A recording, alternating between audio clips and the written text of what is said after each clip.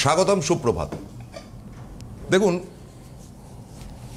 আমি আজকের খবরের কাগজে পড়লাম সৃজিত মুখোপাধ্যায় নামক এক পরিচালক, তিনি খুব বিখ্যাত পরিচালক, একটু বাম ঘেঁষা আর কি, যাই হোক, তিনি আর্থার কোনান ডয়েলকে নিয়ে সিনেমা করছেন।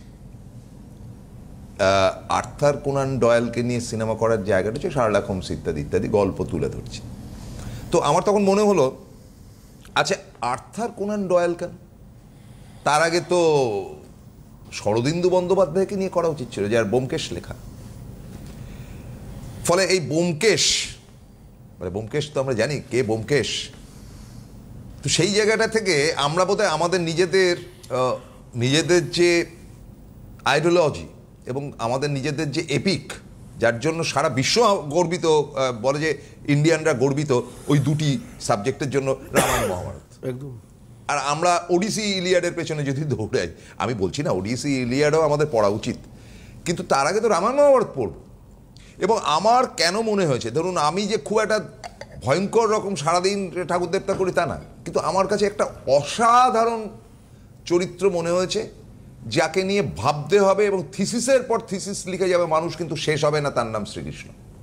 কি বলেন আমার প্রিয় অতিথি দেবাচার্যজি, তার কাছ থেকে শুনবো। একদম, সবাইকে নমস্কার। না, স্পেশালি অবশ্যই সকালবেলায় শ্রীকৃষ্ণের নাম প্রসুন্দর মুখ থেকে শুনলে ভালোই লাগে। এবার দ্বিতীয় কথা হচ্ছে যে শ্রীকৃষ্ণকে নিয়ে আলোচনা, নক্ষত্রকে নিয়ে আলোচনা, আমার মনে হয় দুটো পার্টি ঢুকবো, আমি ঢুকবো, হ্যাঁ, কিন্তু আগে আপনার মুখ থেকে একটু শ্রীকৃষ্ণের বচনটা শুনলে দিনটা ভালো যাবে। না মানে শ্রীকৃষ্ণ এরকম নয় যে কৃষ্ণ প্রতিটা জায়গাতে, মানে আমার বিশ্বাস, এটা সম্পূর্ণ আমার বিশ্বাস, যদি বলেন যে ধর্ম, প্রতিটা ধর্মের মাঝখানে যদি বলেন কৃষ্ণই অবস্থান, আমার বিশ্বাস এটা টোটালটাই। দ্বিতীয় জায়গা হচ্ছে যে মেন ব্যাপার কি, আমাদের লাইফটা না একটা কী বলবো জার্নি, একটা সফর, মানে আমরা চলেছি কন্টিনিউয়াসলি চলেছি। তো এই চলাটার মাঝখানে যে কেউ একজন আছে, মাঝে মধ্যে আমরা ডাইরেক্টলি বিশ্বাস করি, কখনো ইনডাইরেক্টলি বিশ্বাস করি, এর বাইরে কিছু না। বিশ্বাস সবাই করি, মানে কম করি বা বেশি করি, কোথাও না কোথাও একদম পারফেক্ট, এই জায়গাটাতে কোনো ভুল নেই। একটা এক্সাম্পল আমি আপনাকে দিই দাদা, যদি মনে হয় যে, দেখুন সবথেকে বড় কথা হচ্ছে আমরা প্রত্যেকে ঘুরতে যাই, তো ট্রেনে উঠে আমরা ফার্স্ট কী করি, সিটফিটগুলো রিজার্ভ করা সিটটাতে গিয়ে বসি, তারপরে নিজের জায়গার যে জিনিসপত্রগুলো আছে সেগুলোকে ঠিক মতো দেখি, একটা তালা মারি, তারপরে সামনের লোকটাকে আমার শ্রেষ্ঠতা কি আছে সেটা নিয়ে বলা স্টার্ট করি। তার কিছুক্ষণ পর উনি ওনার শ্রেষ্ঠতা কী কী আছে সেটা নিয়ে বলা স্টার্ট করেন, করার পরে করতে করতে হাই হ্যালো, লাস্টে হয় ওনার সফর আগে শেষ হবে বা আমারটা আগে শেষ হবে, যেখানে গিয়ে আমরা নামবো। সারা রাত জার্নি হলো, গল্প হলো, সমস্ত কিছু হলো। একবারের জন্য আমরা ভাবছি যে এই যে ট্রেনটাতে আমরা রয়েছি বা এই প্লেনটাতে রয়েছি, এটা কে চালাচ্ছে, সে সঠিক অবস্থায় আছে নাকি, সে কখনো নেশা করেনি তো, সে কোনো কারণে কালকে রাত্রে ঘুমিয়েছিল তো, আগের দিন রাতে ঘুমিয়েছিল তো, এই চিন্তাগুলো করি। তার মানে আমরা জানি না যে কে চালাচ্ছে, কোনো কারণে তার খোঁজও নিই না যে তার নামটা কি অ্যাটলিস্ট, কিন্তু তার উপরে পুরো জীবনটা ছেড়ে দিয়েছি। যা করা তুমি করো ভাই, আমি ওইদিকে ইন্টারেস্ট নেই, আমি এখানে গল্প করছি। আমরা গল্প করছি, কিন্তু আমরা জানিও না যে কে চালাচ্ছে। কিন্তু আমাদের জীবন কে চালাচ্ছে আমরা জানি, কিন্তু কোনো কারণে তাকে মানতে মাঝে মধ্যে রাজি নই। তো ডিফারেন্স হচ্ছে এইটা, আমাদের জার্নিতে আমরা জানি ঈশ্বর ছাড়া সেকেন্ড কোনো অপশান নেই, এবং আমাদের জার্নি যতটা স্মুথ হতে পারে ওনাকে ডাকার জন্যই হতে পারে। এবং part by part, step by step, বয়সের এক একটা পার্টে এসে দেখবেন যে কোথাও না কোথাও ঈশ্বরই শেষ কথা। এটা খুব বড় ব্যাপার। এবং আমার সবথেকে বড় কথা হচ্ছে যে আমি শ্রীকৃষ্ণকে এত মানি, তার রিজন একটি, অনেকে ভাবেন যে কৃষ্ণ ভক্তরা অনেক সময় অনেক কিছু বলে থাকে, না না একদম না, আমি এরকম নয়। আমার বিশ্বাস, আমার ভালো লাগা, এবং রাধারানীকে নিয়ে অবশ্যই। দ্বিতীয় জায়গাটা হচ্ছে যে আমি যদি বলি আমার ধর্মের প্রতি সম্মান রেখে বলি, উনি লাস্ট একটাই কথা বলেছিলেন, যেটা বলছেন সেটাই গীতাতে লেখা আছে, 18,000 শ্লোক। তো সেখানে উনি বলেছেন আমি এই বিশ্ব ব্রহ্মাণ্ডের পিতা। আমি যদি আদার্স বলি, তাহলে যে ধর্মে আছেন, যদি কোনো মুসলিম বলেন সেও আল্লাহকে বিশ্বাস করছেন, কোনো ভুল নেই, তাকে কমপ্লিট মানতে হবে যে সেই বিশ্ব ব্রহ্মাণ্ডের পিতা, সেই হিন্দু মুসলিম সবাইকে তৈরি করেছেন, কোনো কারণে হিন্দুকে আলাদা তৈরি করেছেন, কোনো কারণে মুসলমানকে আলাদা তৈরি করেছেন। এটা যদি মনে করেন, আমার মনে হয় আপনি ভগবানের মধ্যে বোকারভেদ করছেন। তৃতীয় কথা হচ্ছে আপনার জিসাসের ক্ষেত্রে আপনি দেখুন, বৌদ্ধদের ক্ষেত্রে দেখুন, ঈশ্বর এক, অবিনশ্বর। এইবারে যদি আরও গভীরে যায়, এটা এটা সম্পূর্ণ আমার মতধারা, কোনো কারণে কারোকে হার্ট না করে, আমার মনে হয় সম্পূর্ণ এটা আমার নিজস্ব ব্যক্তিগত চিন্তা, তাতে কারোর কিচ্ছু যায় আসবে না। স্পেশালি যেটা হচ্ছে যে শ্রীকৃষ্ণ নিজে বলেছেন যে আমি ব্রহ্মাণ্ডের পিতা, এই বিশ্ব ব্রহ্মাণ্ডের পিতা। সেখানে জিসাস বলছে ফাদার সেজ, মানে জিসাসও বলছেন কেউ না কেউ আছে। ঠিক বলছি না ভুল বলছি? মোহাম্মদও তাই বলছেন, বলছে মানে আল্লাহ বলে কেউ আছেন, তাকে মানতে শেখো, তাকে বুঝতে শেখো, সে তোমার সমস্ত রিপ্রেজেন্টেটিভ একদম। কিন্তু এখানে শ্রীকৃষ্ণ বলছেন আমি শেষ, আমি এখানে শুরু, আমি এখানে শেষ, আমি এখানে অন্তিম, আমি পুরো সমস্ত কিছু, আমি এখানে আলো এবং আমি এখানে অন্ধকার। তো আমার এপিটেও তুমি কৃষ্ণ দেখতে পাবে, ওপিটেও কৃষ্ণ দেখতে পাবে, সব জায়গাতে দেখতে পাবে। তো আমার মনে হয় একে না মেনে আমি কাকে মানবো? না, একটা জিনিস দেখুন, মানে মহাভারতের মতন তো এপিক হয় না, মানে এর ঐতিহাসিক এপিক। যখন অসভ্যতামি করলো দুর্যোধন, শ্রীকৃষ্ণ এসেছিল যে 5টা গ্রাম দাও, একদম সেটার গল্পটা তো আপনার কাছে শুনে যাই হোক। এবার তাকে দেখে সঙ্গে সঙ্গে ভীষ্ম, দ্রোণাচার্য, কৃপাচার্য এরা উঠে সাষ্টাঙ্গে নমস্কার করছে। এটা এমন একটা ঘটনা, তার মানে কি ভীষ্মের মতন মানুষ, যিনি গঙ্গা পুত্র, মানে গঙ্গা দেবী, সেও ঈশ্বর, একদম গঙ্গা দেবীর পুত্র ভীষ্ম, যিনি কিনা অষ্টবসুর এক বসু, তিনি প্রণাম করছেন কৃষ্ণকে, একদম বাসুদেব আমার প্রণাম গ্রহণ কর। শ্রীকৃষ্ণ হাসছেন। তারপরে তো তার সুদর্শন চক্র এসেছিল, পরের গল্প। আপনি দেখুন তো যে ভীষ্মকে যখন তীর বিদ্ধ করে অর্জুন ফেলে রেখে দিল, তখন একের পর এক যোদ্ধারা, কারণ সকলেরই দাদু তিনি, প্রত্যেকে এসে পায়ে ধরে প্রণাম করলো, কেউ কাঁদলো, কেউ বলল যে কি করব। অর্জুন তো ভেঙে পড়লো। কৃষ্ণকে প্রণাম করতে দেখেছেন? কৃষ্ণ আসার সঙ্গে সঙ্গে ওই তীরবিদ্ধ হাত দুটো এক জায়গায় হয়ে বলে বাসুদেব আমার যাওয়ার পালা। একদম। কে তিনি যে তাকে এই টপ মোস্ট মহাভারতের হিরোরা, মানে 11 সাইড যদি ক্রিকেট বলেন অল টাইম বেস্ট, তারা প্রণাম করছে কেন? বাস্তব একদম একদম মেন ব্যাপার। মানে মেন জিনিসটা হচ্ছে যে উনি আলোকেও আছেন, উনি অন্ধকারেও আছেন। হ্যাঁ, এবারে আপনি যখন ওনাকে বোঝার চেষ্টা করবেন, বা আপনি যখন মেন ব্যাপার, আমরা না চাইতে পারি খুব ভালোভাবে, কিন্তু চাওয়াটার মধ্যে কিছু সিস্টেম থাকতে হবে, যে নিজের মনে করে চাইতে হবে। আপনি বাবার কাছে চাইলে কীভাবে চাইবেন, বাবা আমাকে দাও না, আবদার থাকবে। আমরা না কন্ডিশনে চলে যাই, তোমাকে লাড্ডু দেবো, তোমাকে ক্ষীর খাওয়াবো, তোমাকে এই খাওয়াবো, এইটা করে কখনো কিছু হয় না আলটিমেটলি। আমার মনে হয় এটা একটা পার্ট, যে আপনার সাথে বাবা ছেলে সম্পর্ক বা বন্ধুর সম্পর্ক যেরকম হয় সেরকমটা হওয়া উচিত। এবং আমার মনে হয় যে সবথেকে মানে যত গল্প, যত স্টোরিজ আছে কৃষ্ণ সম্বন্ধে, আমার মনে হয় সবথেকে বেস্ট কিছু জিনিস যেগুলো আমি অবশ্যই শেয়ার করি এখানে। তো তার মধ্যে আরেকটা হচ্ছে যে এটা মহারাষ্ট্রের একদম অরিজিনাল ঘটনা। মন্দিরের বাইরে আমাদের সমাজের একটা শ্রেণী বিভেদ আছে না, যে এ উঁচু কাস্ট, এ নিচু কাস্ট, এইটা আছে সেটা আছে। তো এরকমই একজন নিচু কাস্টে, মানে চৌখা বলা হয় ওদেরকে। তো তারা তাদের মধ্যে একজন কি করেছে, বাজারে গেছে সকালবেলায়, বাজারে গিয়ে বাজার করতে গিয়ে দেখছে যে আজকে আমার মন বলছে কৃষ্ণের জন্য আমি একটু কলা নিয়ে যাই, বলে কলা নিয়ে গেছে। এবারে মন্দিরের প্রাঙ্গণ অবধি তার যাওয়ার পারমিশন আছে, কিন্তু মন্দিরের ভেতর তার যাওয়ার পারমিশন নেই। তো বলছে কানাই দেখো আমি তোমার জন্য এনেছি, কলা এনেছি, আসো বাইরে আসো, কলা খেয়ে যাও। মানে উনি ওনার ভাবটাকে প্রকাশ করেছেন। তো ওখানকার যারা পুরোহিতরা আছেন বলছে, তুই এমনিতেই নিচু শ্রেণীর মানুষ, তারপরে আবার কৃষ্ণের জন্য কলা এনে এখানে দুদিন নামটা করেছিস, ব্যাস নিজেকে বড় ভক্ত মনে করছিস, বলে মাঠটার দিয়েছে। তো ও কাঁদতে বাড়ি চলে গেছে, বলছে কলা নিতে না, ভাব আনতে না আমার মধ্যে, তুমি আমাকে এদের হাতে কেন মার খাওয়ালে, বলে কলাগুলো নিয়ে বাড়িতে রেখে দিয়েছে। রাত্রিবেলায় কৃষ্ণ ঠিক এসছেন এবং নিজে সব মহিমাই এসে বলছে আমাকে কলা খাওয়াবে না তুমি? তখন বলছে তুমি কলা খাওয়ার জন্য আমাকে মার খাইয়ে দিলে, এটা কি তুমি ঠিক করলে? বলছে না, তুমি আগে আমাকে কলা দাও, আপনি খাইয়েও দাও দরকার হলে। তো খাইয়েও দিয়েছে চৌখা, খাইয়ে টাইয়ে দেওয়ার পরে কৃষ্ণ নিজের মতো যখন ফিরে যাবে, তখন বলছে রুক্মিণীও আজকে সারাদিন আমার জন্য কিছু খায়নি, তো তুমি স্পেশালি আমাকে কিছু কলা দিয়ে দাও। তো কলা নিয়ে উনি চলে গেছেন। এবার মন্দির তো বন্ধ, রাত্রিবেলা তো মন্দির বন্ধ থাকে। পরের দিনকে সকালবেলায় যখন সেখানকার পুরোহিত যারা আছেন, পান্ডা যারা আছেন, সবাইকে দরজা যখন খুলছেন, মন্দিরের গেট খুলেছেন, দেখছে প্রাঙ্গণে টোটাল কলার খোসাগুলো পড়ে রয়েছে। এবারে সবাই বলছে আগের দিনকে ওকে খাওয়াতে দেওয়া হয়নি, তার জন্য ও এসে এখানে নিশ্চয়ই ওপর দিয়ে, প্রাচীরের উপর দিয়ে ফেলে দিয়ে গেছে, চল ওর বাড়িতে গিয়ে আবার ওকে মারধর করা হয়েছে, চৌকাকে আবার মারধর করেছে, কালকে রাত্রিবেলায় তুই কি কলার খোসা ফেলে দিয়ে এসছিস। এইবারে ও বলছে প্রভু তোমার এটা কি, তুমি কলা খাওয়ার আগেও আমাকে মার খাওয়াচ্ছ, কলা খাওয়ার পরেও আমাকে মার খাওয়াচ্ছ। আমি তো নিচু শ্রেণীর মানুষ, ঠিক আছে, কিন্তু এত অপমান কেন আমাকে। গিয়ে দেখছে যখন ওরা মারধর করে যখন গেছে, গিয়ে দেখছে মন্দিরের সব কটা দরজা জানলা বন্ধ, এবং মন্দির থেকে দৈববাণী হওয়ার মতো যে তোরা ওকে নিয়ে আয়, তোরা বিনা কারণে ওকে মেরেছিস, শুধু আনলে হবে না, পালকিতে করে নিয়ে আসতে হবে এবং বাদ্য বাজিয়ে নিয়ে আসতে হবে, ও যতক্ষণ না আসবে এই মন্দিরের দরজা চিরতরে বন্ধ। সেই পুরোহিতরা আবার যায়, চৌকাকে ইয়েতে করে নিয়ে আসে, বলে প্রভু তোমার খেলা আমরা আজ অব্দি কেউ বুঝলাম না, সত্যি প্রভুর খেলা আমরা কেউ বুঝি না। এটা তো মানবেন যে জাতপাত ধর্মের প্রথম প্রহারটা করেছিলেন কৃষ্ণ।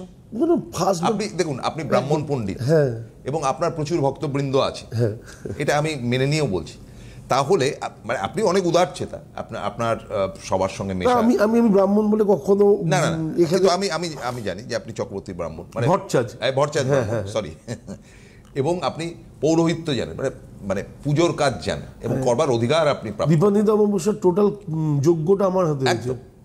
তো আজ যে ঘটনা আপনি বললেন, বিবরণ যেটা দিলেন, সেটা তো একেবারেই বলতে হয় যে জাতপাতের ঊর্ধ্বে থাকা মানুষটির নাম শ্রীকৃষ্ণ। একদম বাস্তব, একদম বাস্তব। এবং আপনি যদি কোনো কারণে পুণ্য করেন তার জন্য তার বুক খোলা আছে, আপনি যদি পাপ করেন তার পিঠ খোলা আছে। বাহ, চমৎকার। একটা ফোন নিয়ে নিচ্ছি। অবশ্যই। হ্যালো। হ্যালো। হ্যাঁ, নমস্কার। হ্যাঁ নমস্কার দাদা, আপনাকে নমস্কার। নমস্কার সুরেশ দাদা, আপনাকেও আমার নমস্কার। নমস্কার। আমি আপনার প্রোগ্রাম দেখি, আমার খুব ভালো লাগে, খুব ভালো লাগে দাদা। ফার্স্টে বলেনি যে আমি মানে ফোন করতেও মানে লাইন পাই না, আর ভুলেও যাই, আপনার কথাবার্তা শুনতে এত ভালো লাগে, মানে কথাটাই আজকে দেখি মনে হচ্ছে কত কিছু মিস করে গেলাম, যেহেতু বাহ বাহ বাহ, লাভলি লাভলি, দারুণ লাগছে। আজকাল কি ভালো ভালো ফোন করছেন আপনারা। উনি কি বললেন যে আমি যে ফোনের ডায়ালটা ঘোরাবো, দাঁড়ান এক মিনিট দিদি, আমি যে ফোনের ইয়েটা করব, মানে মোবাইলে যে নবটা চাপবো, সেটা করতে গিয়ে তো আপনার কথাটা শোনা যাবে না, তার জন্য ফোন করা হয় না। একদম চমৎকার, বলুন। নমস্কার দাদা, আমি ঈশানী কথা বলছি। আমি একটু আমার সম্বন্ধেই জানতে চাই। হ্যাঁ বলুন বলুন বলুন প্লিজ। আমি হলাম, আমার জন্ম হলো 30 মে 1988 সাল। শুনতে পেলাম না। 30 মে 1988? একদম দাদা। ওকে। টাইম? বিকাল 5টা বেজে 1। 5টা বেজে 1 বিকেল? হ্যাঁ দাদা, বিকাল বেলায়। বিকাল। প্লেস কলকাতা। কলকাতা। আপনি কি এখন কলকাতা থেকেই বলছেন?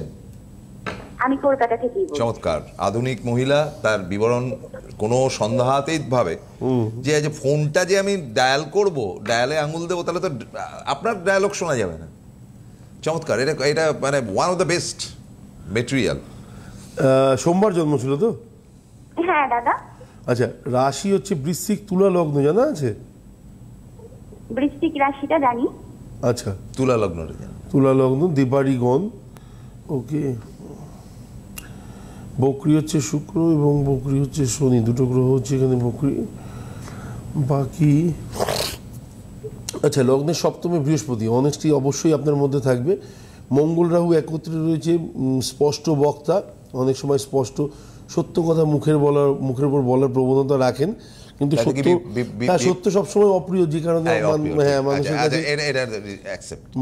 মানুষের কাছে খানিকটা খারাপ হওয়ার জায়গা তৈরি করে দেন। আচ্ছা, লগ্নের সেকেন্ড হাউসে চন্দ্র, থার্ড হাউসে শনি বৃহস্পতির ঘরে। আচ্ছা, শুক্রের ঘরে রবি, লাইফে স্ট্রাগলটা একটা পার্ট। আচ্ছা, বুধ এবং শুক্র একত্রে, ওকে।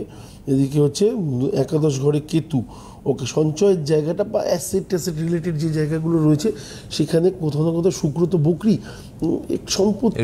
সম্পত্তিগত জায়গা জমি এই জিনিসগুলো নিয়ে না একটা কর্মক্ষেত্রে তো তাই, কর্মক্ষেত্র স্পেশালি না, কিন্তু মানে আমার মনে হয় যে পারিবারিক ক্ষেত্রে গুপ্ত শত্রুতা যে জিনিসগুলো বলি না, যে জায়গা জমি সব নিয়ে একটুখানি ডিস্টারবেন্স, এই জিনিসগুলো আমার মনে হয় ওনার লাইফে প্রাপ্তি আছে এবং পান উনি এগুলো। তো বাকি ওভারঅল পৃথিবীতে কেউ কিছু করতে পারবে না, কারণ হচ্ছে বৃহস্পতিটা ওনার একদম মানে সপ্তমে রয়েছে। সব থেকে ভালো মেন জায়গাগুলোতে অবশ্যই শান্তি, এবং বাকি অশান্তির কারণ যদি কিছু বলেন হয়তো খানিকটা অর্থনৈতিক কারণ এবং ওই সম্পত্তিগত হতে পারে। বলুন বলুন দিদি। হ্যালো। হ্যাঁ বলুন। হ্যাঁ মানে বলবো কি দাদা, মানে সবই তো ঠিক, মানে এটাই সবই একদমই পুরোই আপনি বলেই দিয়েছেন। আমি যেটাই একটাই আমার প্রশ্ন, যে আমার আর্থিক দিক একটা সময় খুব ভালো ছিল, এখন আমি খুব সমস্যার মধ্যে আছি, এখান থেকে আমি আবার কবে আবার একটু উঠে দাঁড়াবো, Betterment. এটাই। ফার্স্ট কথা হচ্ছে দেখুন, এই যেটুকুনি সমস্যা চলছে না, এটা একটা পার্ট লাইফের, আমি বারবার করে বলি, এবং এটা বেশি দিনকার না। খারাপ সময় শেষ দাদা আরেকবার একটু যদি বলেন, একটু কেটে আপনার কেটে যে যাচ্ছে। সময়টা যাচ্ছে সেটা দীর্ঘসূত্রী নয়, সেটা হ্যাঁ। কাটবে। খারাপ সময় সব সময় চলে না। আপনার দেখুন 24-এর জুলাই মাস থেকে খারাপ সময়টা ধরুন স্টার্ট হয়েছে কম বেশি। যদি আমি বলি আপনি খারাপ সময় অনেক আগে থেকে পাচ্ছেন, 21 সালের প্রায় কি বলবো অক্টোবর মাসের পর থেকে আপনার লাইফে খারাপ সময় স্টার্ট হয়েছে, আমি ভুল না, আমি জানি সেই সময় থেকে আপনার মাথায় টেনশন আসা স্টার্ট হয়েছে। ঠিক বলছি কথাটা? হ্যাঁ দাদা। হ্যাঁ, এবার দ্বিতীয় জায়গাটা হচ্ছে 24-এর থেকে আপনার সাথে শত্রুতা, বিভিন্ন জায়গায় হ্যারাসমেন্ট, এই জিনিসগুলো আপনি পাচ্ছেন, তাই তো? হ্যাঁ আচ্ছা, এবার 24-এর ডিসেম্বর যখন আসলো তখন খানিকটা স্বস্তির পেলেও কিন্তু অস্বস্তিটা থাকলো, কারণ শুক্র যে আপনাকে সম্পূর্ণভাবে হেল্প করতে পারলো তা নয়, অনেকটাই হেল্প করবে। যেটা হচ্ছে 26-এর ফেব্রুয়ারির পর থেকে আপনি দেখবেন এই ধরনের যে সমস্যাগুলো আপনার মধ্যে এসছে সাংসারিক ক্ষেত্রে, অর্থনৈতিক ক্ষেত্রে, এই জিনিসগুলো কেটে যাবে। এগুলো নিয়ে এত টেনশন করার ফেব্রুয়ারি, হ্যাঁ ফেব্রুয়ারি, বুঝতে পারছেন? মানে আর্থিক দিকটা একটু মানে ঠিকঠাক হবে ওই বলছেন ফেব্রুয়ারি দাদা? 2026। না, সম্পূর্ণ ঠিক হয়ে যাবে দিদি। আচ্ছা আচ্ছা দাদা, অনেক অনেক ধন্যবাদ দাদা। একদম। হ্যাঁ শুধু এখন খারাপ সময় চলছে, তো খারাপ সময়ে খারাপটাকে না খুঁজে ঈশ্বরকে খোঁজার চেষ্টা করুন, সারা জীবনটা ভালো যাবে। আর খারাপ সময় যদি শুধু খারাপটাকেই খুঁজতে থাকেন তাহলে দেখবেন সারাটা জীবনই খারাপ যাচ্ছে। আচ্ছা, এবার চলে আসি যে গ্রহ এবং নক্ষত্র। দেখুন, আমাদের একটা ব্যাপার যেটা ডেমনস্ট্রেটিভ ওয়েতে অনেকেই তো জ্যোতিষ চর্চা করেন, বা বিভিন্ন জায়গায় আজকাল তো মোবাইলে ফটাফট একদম, ফটাফট পাওয়া হ্যাঁ। যাচ্ছে, সকলেই উপদেশ দিচ্ছেন ইত্যাদি। আমি কাউকে খাটো করছি না, আমি দুটো আমরা এখান থেকে প্যারামিটার পাই, যে আপনার রাশিটা কি, লগ্নটা কি। কিন্তু নাক্ষত্রিক বিচার বলে যে বিষয়টি থাকে, যে একটা নক্ষত্র 19-20, হ্যাঁ, একটা সেকেন্ড 19-20 হলে তার অনেকটা চেঞ্জ হতে পারে। এই নাক্ষত্রিক বিচার কতটা প্রয়োজন? সাংঘাতিক, মানে স্পেশালি আমি বলি নবতারা চক্রে অনেকে বলেন না যে বাড়িতে বাবা মার বয়স হয়েছে, খারাপ কোনো নেগেটিভ কোনো ব্যাপার আছে নাকি, নবতারা চক্র যখন চেক করবেন আপনি দেখবেন যে নাক্ষত্রিক বিচার কতটা আপনার লাইফে গুরুত্বপূর্ণ। এই নক্ষত্র নিয়ে কথা বলতে আসলেও না, স্পেশালি সব থেকে বড় জিনিস হচ্ছে এক্ষেত্রে শ্রীকৃষ্ণের ভূমিকা অপরিসীম। হ্যাঁ, কারণ ছোটোবেলায় যে মানুষটা মুখ হা করে দেখিয়ে দিচ্ছেন যে টোটাল বিশ্ব ব্রহ্মাণ্ডটা তার মুখের মধ্যে রয়েছে, নক্ষত্ররা তার পায়ের তলায় থাকে সবসময়। নক্ষত্র, গ্রহ, প্রত্যেকটা জিনিস লাইফে খুব খারাপ চলছে তাকে স্মরণ করুন, রাধারানীকে স্মরণ করুন, স্পেশালি 3 দিন করুন না, মন থেকে করুন, দেখবেন লাইফের প্রবলেমগুলো কোথাও না কোথাও ভাঙতে যাচ্ছে। এটা গেল একটা পার্ট।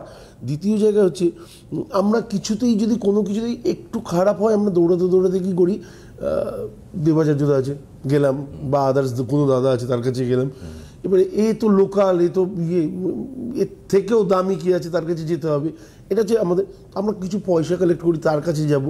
এবারে মানে এটা কোনো ভুল না, কিন্তু আপনি আমাকে একটা কথা বলুন, আপনি সমাজে একজন প্রভাবশালী ব্যক্তি, আপনার বাড়িতে সমস্ত কিছু আছে, কিন্তু আপনার ছেলে যদি পাশের বাড়িতে গিয়ে খুব সাধারণ একটা জিনিস চায়, আপনার কেমন লাগবে? খুব অপমান লাগবে।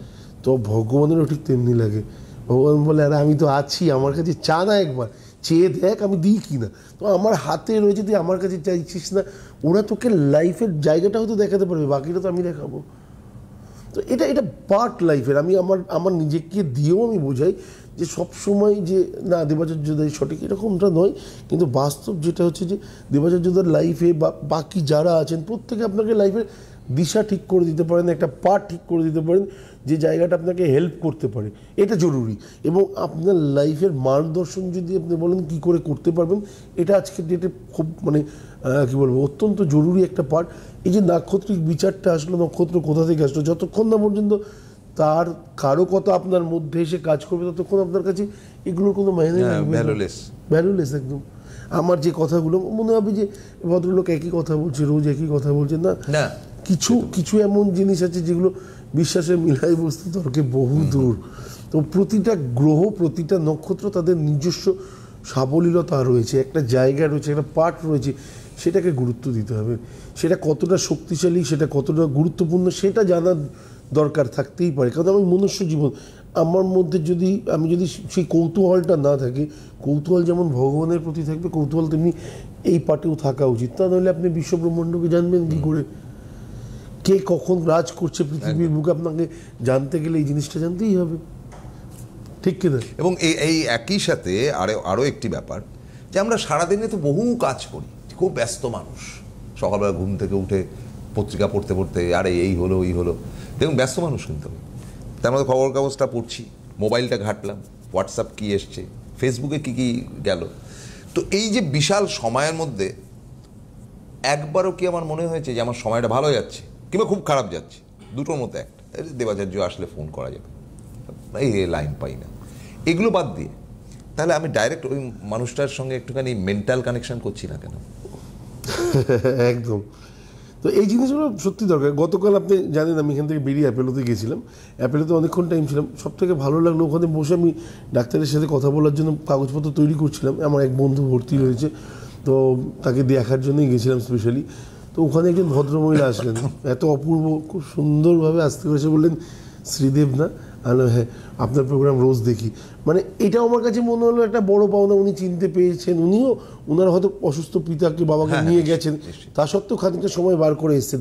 আমি এই সময়টার কথা মানুষকে বোঝাতে চাই যে এই সময়টা নিজের লাইফ থেকে খানিকটা বের করে নিন, ঈশ্বরমুখী হন। আমার মনে হয় লাইফের যত যন্ত্রণা, যত জ্বালানা নিমিষে কেটে যাবে। আরেকটা কথা আপনি কি স্বীকার করবেন, অনেকগুলো উদাহরণ আপনি তো দিচ্ছেন যে এই কারুর আল্লাহ থাকবে, কারুর ভগবান থাকবে, কারুর ইয়ে থাকবে, কারুর Buddhadeb, what ever it is. আজকের দিনে আমার বিশ্বাস যদি আল্লাহ অবশ্যই থাকেন, তাহলে উনি হিন্দু তৈরি করেছেন, মুসলমান মানে মানুষ তো সবাই সবটাই। কিন্তু উনি যদি কোনো কারণে কেউ যদি মনে করেন যে আলাদা হিন্দু আলাদা, মুসলিম আলাদা, তাহলে সেক্ষেত্রে আল্লাহর বিভেদ তৈরি হচ্ছে না? বিভেদের জায়গা না, বিভেদের জায়গা। আজকে আমি একটা পরিষ্কার, যেহেতু ওটা একটা এপিক, আপনি চিন্তা করে দেখুন তো, আজকে তো রাজনীতির একেবারে তুঙ্গে, সারা বিশ্ব ব্রহ্মাণ্ড, আমেরিকা কি করে কাঠি করবে, আচ্ছা এখান থেকে কি করে কাউন্টার পার্ট করা যাবে, চারিদিকে শুধু রাজনীতি রাজনীতি। একদম। একটা ধর্মের মধ্যেও একজন ভদ্রলোককে দেখেছেন যে রাজনৈতিক মারপ্যাচটা শিখিয়ে দিয়ে গেছেন শ্রীকৃষ্ণ ছাড়া? প্রতিটা কথায়, প্রতিটা জায়গায়। উনি কি জানতেন না যে উনি 5টা গ্রাম চাইলে দেবে না দুর্যোধন? জানতেন, সব জানতেন, কিন্তু উনি ভদ্রতা করলেন। সব থেকে মজার ব্যাপার হচ্ছে, যখন কৃষ্ণকে উনি এত পছন্দ করতেন কেন? একজন ছিল সহজ সরল মনে গেছিলেন, একজন চালাকির সাথে চলছিলেন। চালাকির সাথে যিনি চলছিলেন তিনি দুর্যোধন, সহজ সরলভাবে যিনি চলছিলেন তিনি ছিলেন অর্জুন। এবং অর্জুনের সাথ সবসময় দিয়েছিল। এবং অর্জুন যুদ্ধের প্রথম দিনকে বলেছিল, মাঠ অবধি নিয়ে চলো কুরুক্ষেত্রের, আমি সবাইকে দেখতে চাই। দেখতে গিয়ে বললো যে মাধব, এরা তো সবাই আমার নিজের লোক, আমি এদের সাথে কী করে যুদ্ধ করব? বললো পার্থ, তুমি সব থেকে বড় জিনিস হচ্ছে এরা কেউ বেঁচে নেই, শুধু এই সংসারের জয় রচয়িতার ক্ষেত্রে তোমার নামটা থাকবে, তার জন্য তোমার ভূমিকে মারতে হবে। এরা অলরেডি মারা গেছে। তো এর থেকে বড় প্রমাণ কিছু আছে? এই মানে সব কিছু রচনা যে রচে রেখেছে একদম, তো সে হচ্ছে শ্রীকৃষ্ণ। এবং মানে কত নির্মম হতে পারেন শ্রীকৃষ্ণ। রথের চাকা আটকে গেল একদম কর্ণের, এবং শ্রীকৃষ্ণ একমাত্র ব্যক্তি যিনি কিন্তু আগেই জানতে পেরেছিলেন যে এই পাণ্ডবেরই বড় ভাই হচ্ছে গিয়ে কর্ণ। একদম সব থেকে আগে জানতে পেরেছি, কারণ ওর যে পিসি কুন্তি অ্যাডজাস্ট করবার চেষ্টা করেছিল। ও বললো না, হবে না, আমি খুব দায়িত্ববান, বলে আমি জানি মাধব যে আমার মৃত্যু আছে। বলে তাহলে তুমি মৃত্যুটাকে গ্রহণ করো, ওই রক্ষা কবচটা নিয়ে চলে গেল। তখনই তো কর্ণ জানে যে আমি মারা যাবই, ডেফিনিট যাব। কৃষ্ণ যখন রথটা আটকে গিয়েছিল, তো ও তখন তীরটাকে রেখে দিল সাইডে। কৃষ্ণ বলছে কি করছো? কি করবো? মারো, যে ও তো যুদ্ধ, তো ধনুক ফেলে দিয়েছে। আমি বলছি জাস্ট গো অ্যান্ড কিল হিম, কিল। আমি বলছি, তুমি বলার কে? তীরটা বার করলেন, গলাটা উড়িয়ে দিলেন। অর্থাৎ রাজনীতি বলুন বা যেখানে প্রয়োজন ক্রূরতা হওয়া, দৃঢ়তা হওয়ার, সেই বাণীটাও কিন্তু শিখিয়ে গেছেন। আজকে আমার দেশকে যদি কেউ অন্যায়ভাবে আক্রমণ করে, আমরা তাদেরকে ছাড়খাড় করে দেবো, এই বাণীও কিন্তু Krishna. Thank you very much. আজকের মতো শেষ করছি, আবার গল্প নিয়ে হাজির হবো আগামীকাল।